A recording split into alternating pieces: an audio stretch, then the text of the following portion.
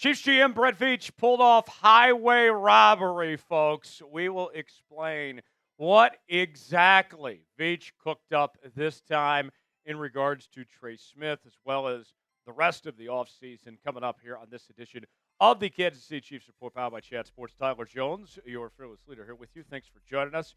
Folks, I am about to take a much-needed pre-football season vacation, chance to relax, enjoy some sun, and all of that.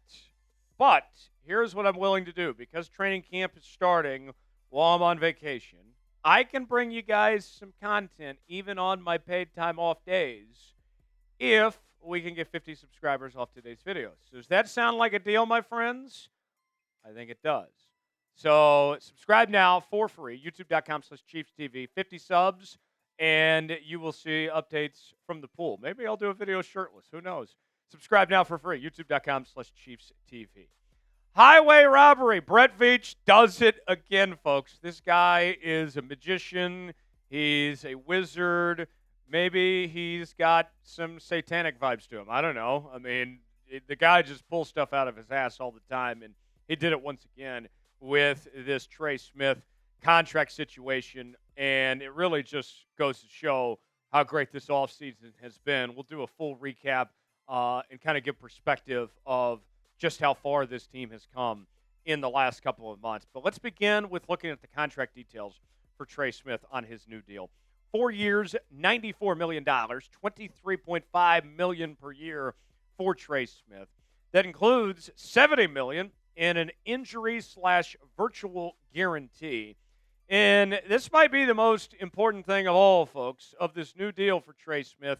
It lowers his cap hit to $14.25 million. Comparatively speaking, if he were to play on the franchise tag, you are saving about $9.15 million.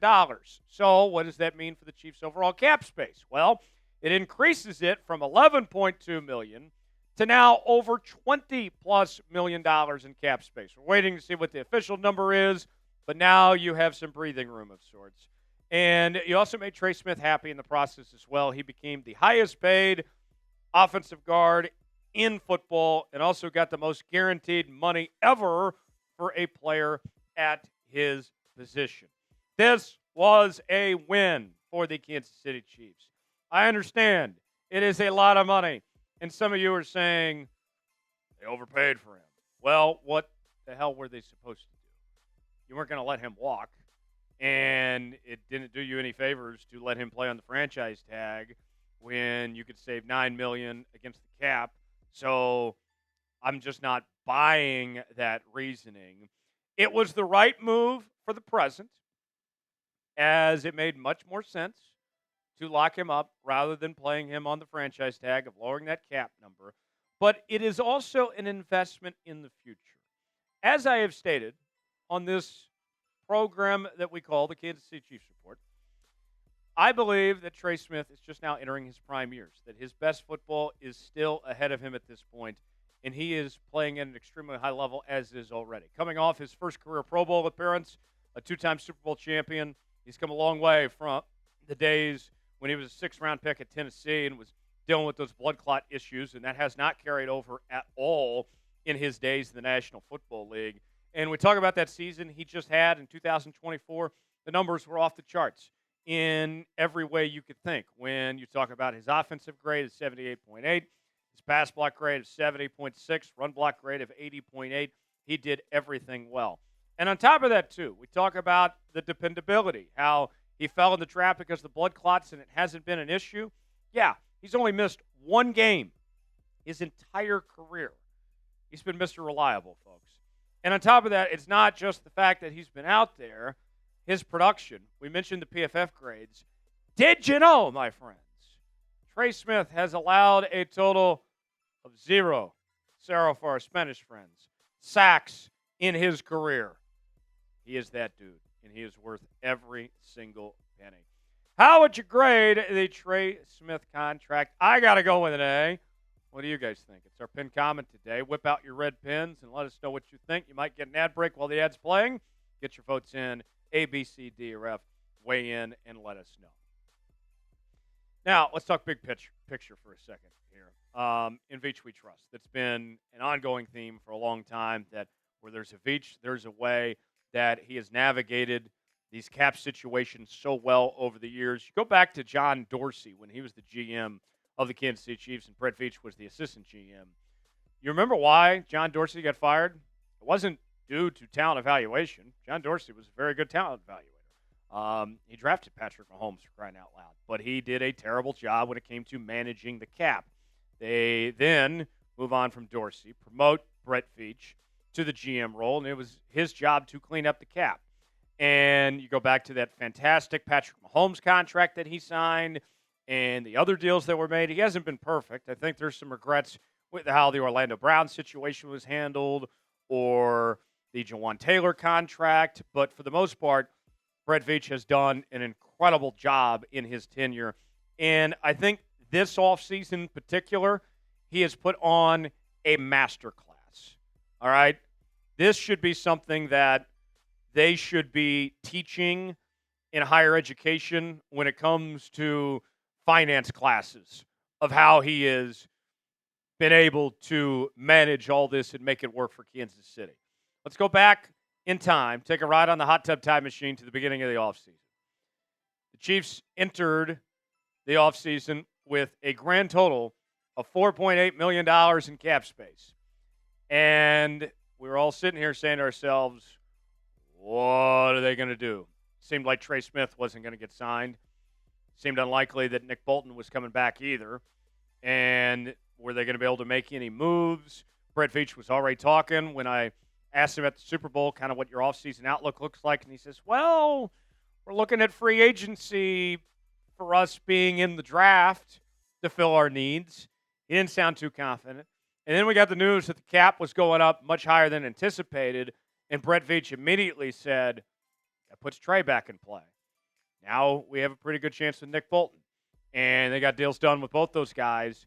And even with getting those deals done, now they have $20 million in cap space. So not only, folks, did you take care of your two biggest priority players that at one point we didn't even know if they were coming back, but you also have way more cap space than you did before with $20+ million.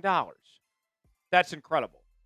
Look what they did, folks. I mean, this, with the circumstance, with the tough hand that Brett Veach was dealt, he put on a clinic, my friends. Let's go over the highlights of this offseason of what's gone on for Brett Veach, of the moves that he's made. Started off things by trading Joe Thuney. And I know that rubs some people the wrong way. They wanted to see Joe Thuney back. One of the best offensive linemen in all of football, future first ballot Hall of Famer. But Brett will be the first to tell you, you'd rather move on from a player a year too early than a year too late. And some people thought he was a cut candidate. You still got a fourth-round pick out of it. So I'd say things worked out as well as they could have on the Joe Thuney front.